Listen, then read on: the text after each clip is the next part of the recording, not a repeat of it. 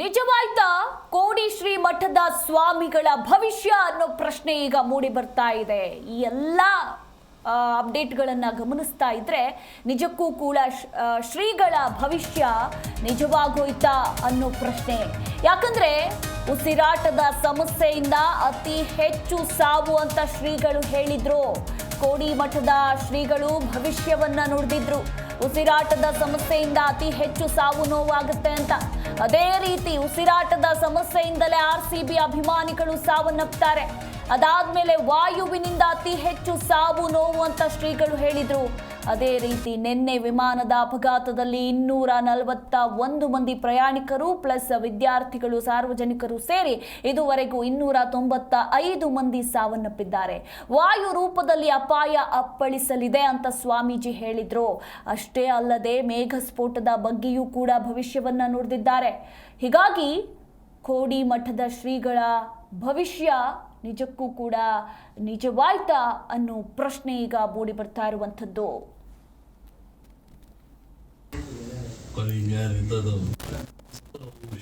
ಒಳ್ಳೆ ಪ್ರಕಾಶ ಸಿಗೋದು ಈ ಸಲ ಬರುವಂತ ಕಾಯಿಲೆ ಘೋರವಾಗಿದೆ. ವಾಯು ರೂಪದಲ್ಲಿ ಒಂದು ಕಫಾಯ ಥರ ಒಂದು ಉಸಿರಾಟಕ್ಕೆ ತೊಂದರೆಯಾಗಿ ಸಿರುತನಕ ಹೋಗಿ ಮನುಷ್ಯರಿಗೆ ಸಾವು ಬರೋ ಲಕ್ಷಣ ಭಾಳ ಇದೆ. ದೊಡ್ಡ ಗಂಡಾಂತರ ಇದೆ ಅಂತ.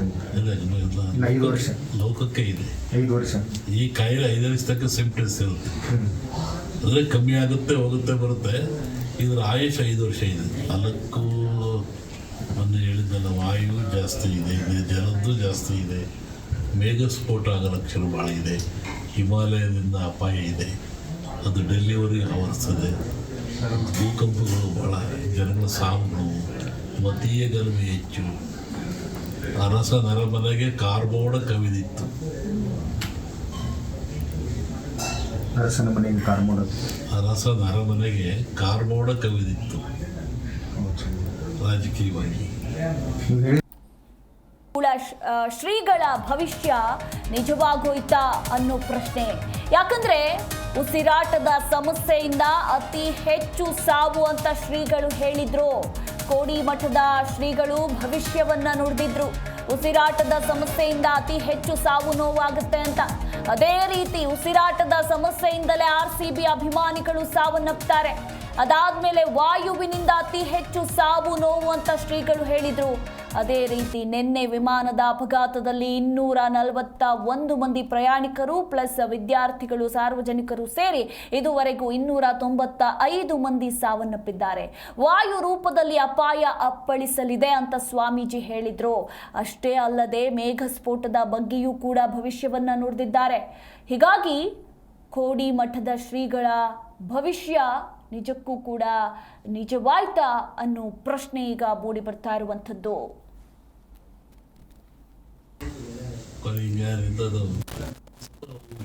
ಒಳ್ಳೆ ಪ್ರಕಾಶ ಸಿಗೋದು ಈ ಸಲ ಬರುವಂತ ಕಾಯಿಲೆ ಘೋರವಾಗಿದೆ. ವಾಯು ರೂಪದಲ್ಲಿ ಒಂದು ಕಫಾಯ ಥರ ಒಂದು ಉಸಿರಾಟಕ್ಕೆ ತೊಂದರೆಯಾಗಿ ಸಿರುತನಕ ಹೋಗಿ ಮನುಷ್ಯರಿಗೆ ಸಾವು ಬರೋ ಲಕ್ಷಣ ಭಾಳ ಇದೆ. ದೊಡ್ಡ ಗಂಡಾಂತರ ಇದೆ ಅಂತ. 5 ವರ್ಷ ಲೋಕಕ್ಕೆ ಇದೆ. 5 ವರ್ಷ ಈ ಕಾಯಿಲೆ 5 ವರ್ಷ ತನಕ ಸಿಂಪ್ಟಮ್ಸ್ ಇರುತ್ತೆ.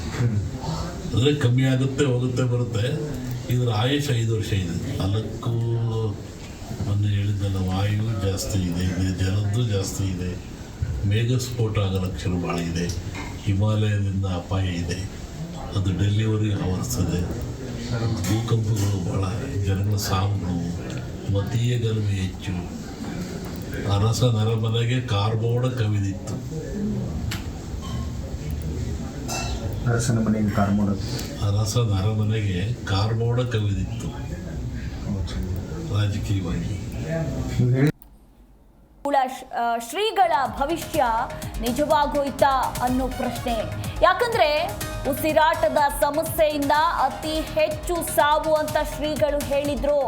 ಕೋಡಿ ಮಠದ ಶ್ರೀಗಳು ಭವಿಷ್ಯವನ್ನ ನುಡಿದಿದ್ರು. ಉಸಿರಾಟದ ಸಮಸ್ಯೆಯಿಂದ ಅತಿ ಹೆಚ್ಚು ಸಾವು ನೋವಾಗುತ್ತೆ ಅಂತ. ಅದೇ ರೀತಿ ಉಸಿರಾಟದ ಸಮಸ್ಯೆಯಿಂದಲೇ RCB ಅಭಿಮಾನಿಗಳು ಸಾವನ್ನಪ್ತಾರೆ. ಅದಾದ್ಮೇಲೆ ವಾಯುವಿನಿಂದ ಅತಿ ಹೆಚ್ಚು ಸಾವು ನೋವು ಅಂತ ಶ್ರೀಗಳು ಹೇಳಿದ್ರು. ಅದೇ ರೀತಿ ನಿನ್ನೆ ವಿಮಾನದ ಅಪಘಾತದಲ್ಲಿ 241 ಮಂದಿ ಪ್ರಯಾಣಿಕರು ಪ್ಲಸ್ ವಿದ್ಯಾರ್ಥಿಗಳು ಸಾರ್ವಜನಿಕರು ಸೇರಿ ಇದುವರೆಗೂ 295 ಮಂದಿ ಸಾವನ್ನಪ್ಪಿದ್ದಾರೆ. ವಾಯು ರೂಪದಲ್ಲಿ ಅಪಾಯ ಅಪ್ಪಳಿಸಲಿದೆ ಅಂತ ಸ್ವಾಮೀಜಿ ಹೇಳಿದ್ರು. ಅಷ್ಟೇ ಅಲ್ಲದೆ ಮೇಘಸ್ಫೋಟದ ಬಗ್ಗೆಯೂ ಕೂಡ ಭವಿಷ್ಯವನ್ನ ನುಡಿದಿದ್ದಾರೆ. ಹೀಗಾಗಿ ಕೋಡಿ ಮಠದ ಶ್ರೀಗಳ ಭವಿಷ್ಯ ನಿಜಕ್ಕೂ ಕೂಡ ನಿಜವಾಯ್ತಾ ಅನ್ನೋ ಪ್ರಶ್ನೆ ಈಗ ಮೂಡಿ ಬರ್ತಾ ಇರುವಂಥದ್ದು.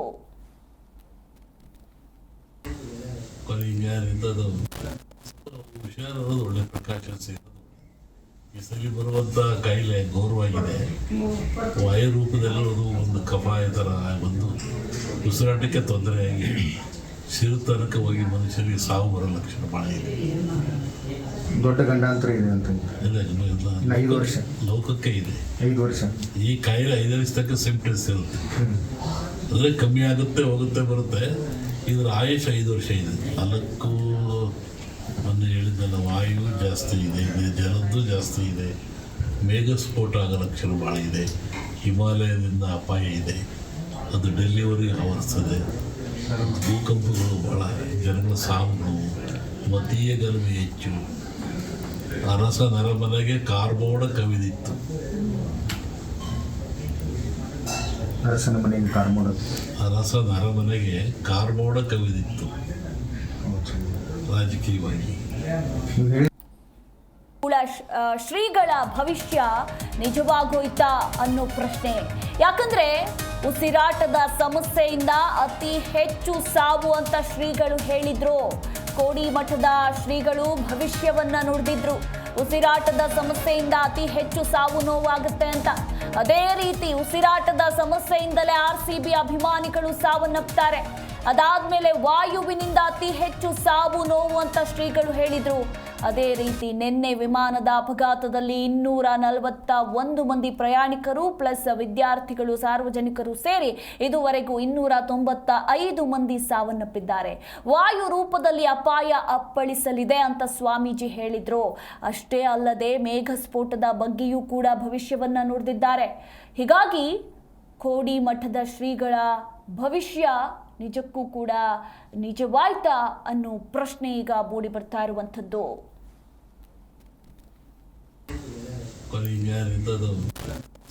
ಹುಷಾರನ್ನೋದು ಒಳ್ಳೆ ಪ್ರಕಾಶ ಸಿಗೋದು. ಈ ಸಲ ಬರುವಂತ ಕಾಯಿಲೆ ಘೋರವಾಗಿದೆ. ವಾಯು ರೂಪದಲ್ಲಿರೋದು ಒಂದು ಕಫಾಯ ಥರ ಒಂದು ಉಸಿರಾಟಕ್ಕೆ ತೊಂದರೆಯಾಗಿ ಸಿರುತನಕ ಹೋಗಿ ಮನುಷ್ಯರಿಗೆ ಸಾವು ಬರೋ ಲಕ್ಷಣ ಭಾಳ ಇದೆ. ದೊಡ್ಡ ಗಂಡಾಂತರ ಇದೆ ಅಂತ ಇಲ್ಲ 5 ವರ್ಷ ಲೋಕಕ್ಕೆ ಇದೆ. 5 ವರ್ಷ ಈ ಕಾಯಿಲೆ 5 ವರ್ಷ ತನಕ ಸಿಂಪ್ಟಮ್ಸ್ ಇರುತ್ತೆ. ಅಂದರೆ ಕಮ್ಮಿ ಆಗುತ್ತೆ ಹೋಗುತ್ತೆ ಬರುತ್ತೆ.